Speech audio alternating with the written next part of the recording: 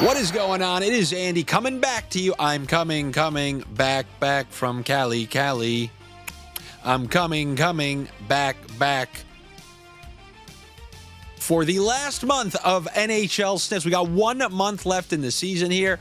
I had a great little break there. Take it easy. Stop hyperventilating. Relax. There was a time where you had to wait years in between episodes of the show. Curb Your Enthusiasm, it was off for like 6 years.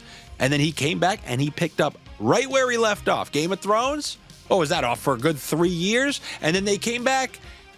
Let's just say I'm not looking for the Game of Thrones ending. I'm looking for more of that Curb Your Enthusiasm. Oh, he's right back. He's firing sniffs, and he's given us a couple chuckles along the way. While I was out there in California, I went to a couple different games. I was fortunate enough to meet a couple of the sniffers, and I said this right to their face. It's a scary proposition. You know, I don't have the best ideas as to who's behind those screens. Like if you were to say, pick them out of a lineup, you think I'm picking a normal looking individual? I'm not. And yes, that's a me problem, but I met these guys. They were fantastic. It was great to meet them. Very nice individuals. One of those two guys comes up to me, goes, hey, check out this sniff. And he shows me the under 1.5 goals in the first period of the New York Islanders LA Kings game. So it was a fantastic sniff. I gave him a live sniff in the building when I was there, which ended up hitting. But you know, when he showed me that the under 1.5 goals in the first period, it really just highlighted to me something that I obviously know it, but it doesn't change the fact so much as when I always highlight, like, all right, I know you guys want those pizzeria plays. Like everybody in California, I know that the pizzeria plays are still weirdly the most coveted. Excuse me, young man. Did you pay for that? Just like, you know, eating healthy is, oh yeah, you're supposed to eat healthy. Don't eat that and don't eat that. People say, oh, yeah, I know. Okay, the line combos, they're the best thing. But either A, I can't do them where I am, or B, I just want those pizzeria picks because they're easy to click and I can brag to my friends. So, you know, seeing those two guys, they've inspired me. Although I'm not going to invest any more of my own personal money, I will do the best to pretend as if I was in California and I can only do pizzeria plays. All right, is that fair? I know most of you guys like that. I prefer when you guys just come here for some thorough entertainment. But if you need those pizzeria plays, if pizzeria picks are what you want, pizzeria picks, at least a little bit, are what you're going to get. I'm still going to give the best plays of the day. But I guess we got to start at the pizzeria. Let's start at the pizzeria. You're going to have to allow me. I just want to speak from a hockey perspective. So, like, don't yell at me if the price of something is minus 210, because I do know when the Calgary Flames have to play the Toronto Maple Leafs on a Monday, and I always feel like two teams from Canada who are playing each other, there's just a little bit of extra oomph in those games. And then that same Flames team has to get on a plane, go to Madison Square Garden, and play the New York Rangers in New York. A New York team who desperately needs the points to get that final wild card position in the East. And a New York Rangers team who has actually been playing pretty well. They lost to the Edmonton Oilers the other night, but outside of that, Shesterkin has absolutely regained his form. And I think the New York Rangers are in a great spot to win this game. It's a dirty, filthy, disgusting price. So the next thing you can do in the pizzeria, if their standard slice isn't any good, check for the Sicilians, check their grandmas, check the reviews of the other slices. Do they got good garlic knots? Is this a chicken parm hero place? And that's kind of what I'm going to do here. There are two different ways you can go. You can go without over 3.5 goals for the New York Rangers. That's a little less tantalizing to me than the under 2.5 goals for the Calgary Flames, simply because of Shesterkin. If Shesterkin's starting this game, and you'd imagine he is because they need every point they can get, then I don't mind taking a team who just played last night. They got 2 goals in that game, one in like the very last minute. That's a team that's a prime candidate to be held to 2 or fewer. So I guess let's go with the under 2.5 goals. If you need that straight money line, then I will go with the New York Rangers. And look, I know you guys. There's just one word in your vernacular. Your whole sports betting vocabulary, There's just one word printed on the front, and that word is parlay. So you can hold that Rangers money line, and I'm sure you will hear something else that you like along the way that you can combine it with. But, there is only 1 month left in the season, so I think we're going to have to expand that vernacular, expand that vocabulary a little, because in about 30 days, you're going to have to pucker up and clench those cheeks, because we're about to enter cheek clenching season. Yeah, the whole SZN. We're about to embark on that journey, and everybody here last year knows how lucrative that can be. And while everybody hates clicking unders, they seem to hate it a lot less when there's a 1-1 game in double overtime and you have the under 5.5. So that's around the corner, but we're not here yet. We are in a funny little territory where these points, they mean a lot to so many of these teams. You're seeing teams, like I've always told you, John Cooper's way. There's the defense's team plays for 90% of the season, and then there's the run-up toward the playoffs, and then their playoff style. And you're seeing goalies like Vasilevsky and Shesterkin come into their late season and postseason form, and then all of a sudden you're seeing, Tampa Bay pitch shutouts left and right, another shutout last night. Prior to that game against the Edmonton Oilers, the New York Rangers, they've been holding teams to like 2 or fewer. Shesterkin had a shutout or 2 in there. I think even Quick had a shutout. So you're going to see some unders. But remember, there are teams that are going to play each other. Like we have a Kraken-Blackhawks game on the slate where if this was early in their season, I'd be like, oh, God, this reeks of a 6.5. Am I going to take that? Now, I feel like when those teams know they're out of playoff contention, they actually start to play freer, play a little more freely, and that kind of brings some more offense to the table. So it can kind of be the opposite dynamic where you would think that a Columbus, New Jersey game in October, like, oh, that's a 6-4 final. No, with playoff positioning on the line and those teams fighting for points, you see a 2-1 squeaker last night. And then you could have the Sharks and the Ducks play in a 6-4 thriller. It's a pretty fun final month of the season because you get real exciting hockey and then you get some games that blow up that you didn't really expect to. One team that I'm expecting to see their real brand of hockey or their closest to it, kind of like I said, Tampa's ramping it up. I think Edmonton's about ready to make their final push towards the playoffs here, whether that's getting home ice in the first round, and I think that final push for the division, which may have started in that last game against the Rangers, it was a 3-1 win. When you're talking about McDavid and Draisaitl, we don't know Hyman's status for this game. They're really being used, and I think this is weirdly a good thing to do before the playoffs, so you're not surprised by it when it happens during the playoffs. If things aren't working, both of those players, not just McDavid, are treated like just, what is it called, like a joker? What is it in soccer where you can just kind of drift to any position? That's not a sweeper. It's basically like the Troy Polamalu. I could go on the line. I could be deep safety. I can do whatever I want. They use Draisaitl and McDavid in that type of way. You could see McDavid on 4 different lines throughout the course of a game. Same thing with Draisaitl. And that's good because come playoff times when you're playing a shutdown team and they make adjustments on you, you have to be able to juggle the lines, and then your new lines have some sort of pre-existing understanding. You can't just try out a new line for the playoffs in the first time, hoping it works. It's good to experiment and tinker with that throughout the course of the regular season. So that's something that I don't think the Oilers are getting a ton of credit for, but we've seen them roll through a whole ton of lines this year, and I actually think that will be to their benefit in the long run.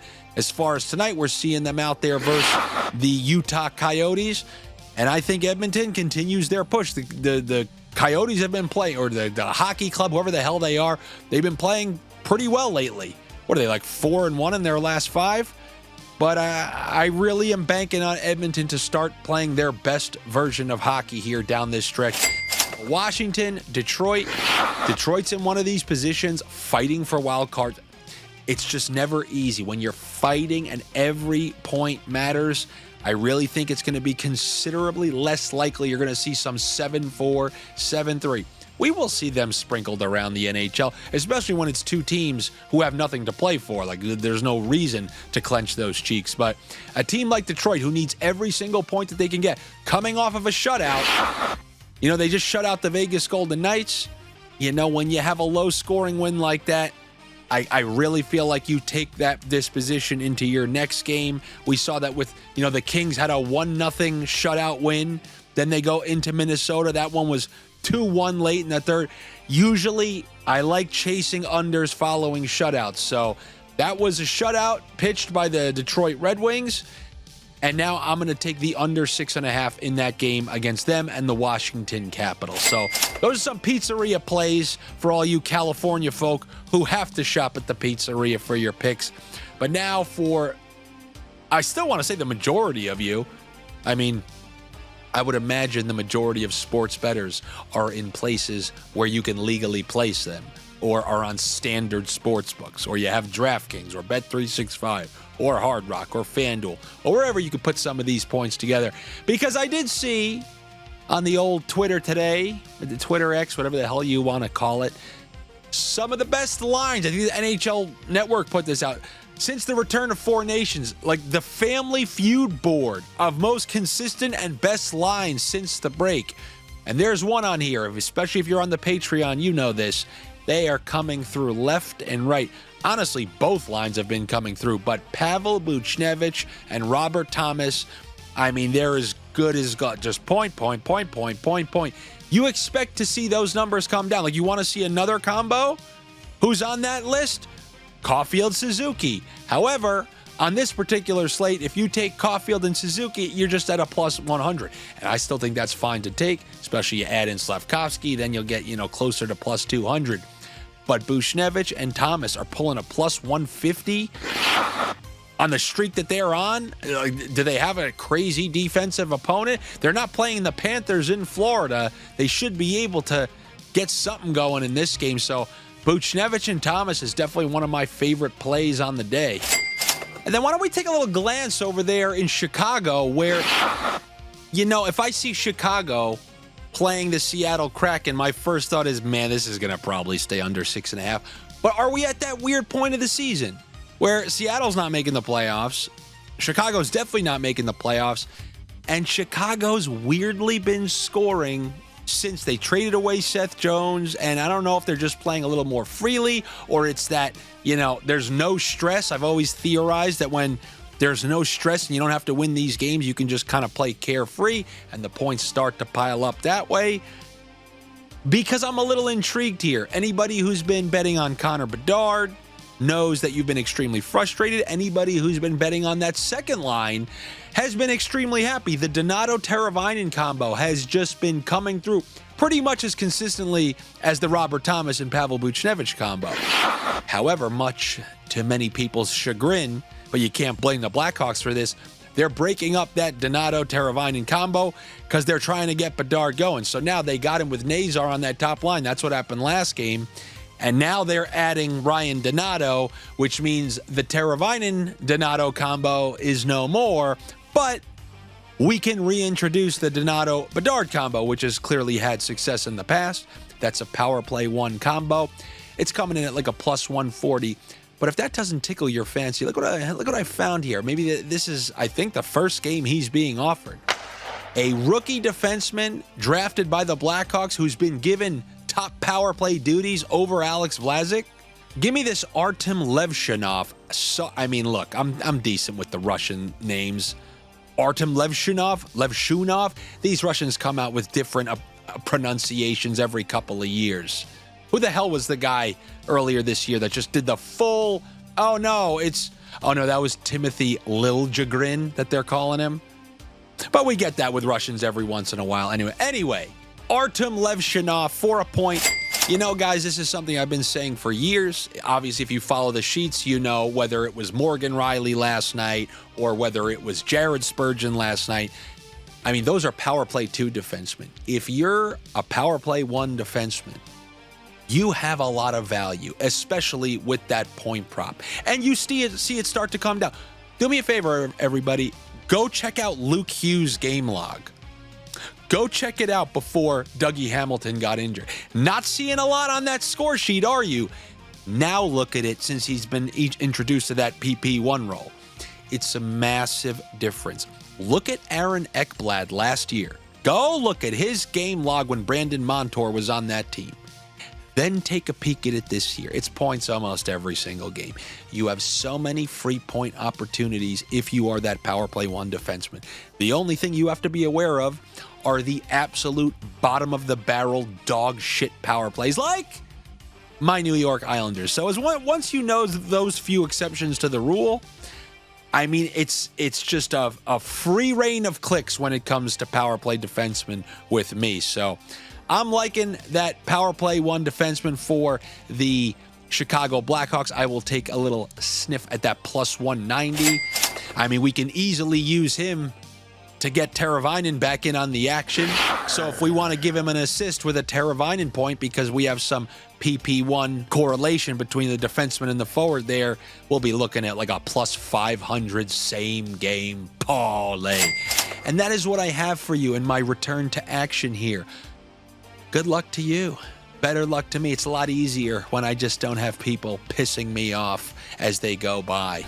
But I like that Edmonton player prop combo as, the whole circus comes by. A lot easier here in the bunkers. Anyway, if you want to support what you see here on this show, there's nothing I enjoy more. There's somebody last night on the Patreon who said, or 2 nights ago rather, who goes, I came here just because I like your shows. I want to support what you're doing.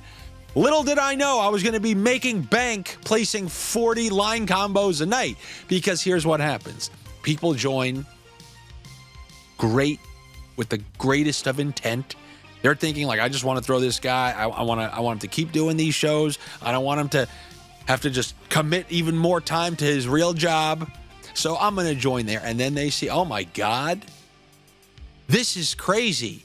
We're up plus 389 units on the season, which is what we are. You know, somebody told me, I don't watch any sports betting content. I don't. I mean, I'm not. Me watching other people's sports betting content is like Tom Cruise watching this show. That's the same. Yes, it's the same exact gap between the two. So I don't watch much, but somebody on there said, you know, there are NBA shows that tout themselves plus 30 for the season. And I was like, is that what the benchmark is? Plus 30? I'm plus 390. I should have been cursing more this whole time. Anyway, hopefully I will see you guys over there. If not, I will see you tomorrow for another round of NHL Sniffs. Good to be back. I will see you tomorrow. What was that ruckus?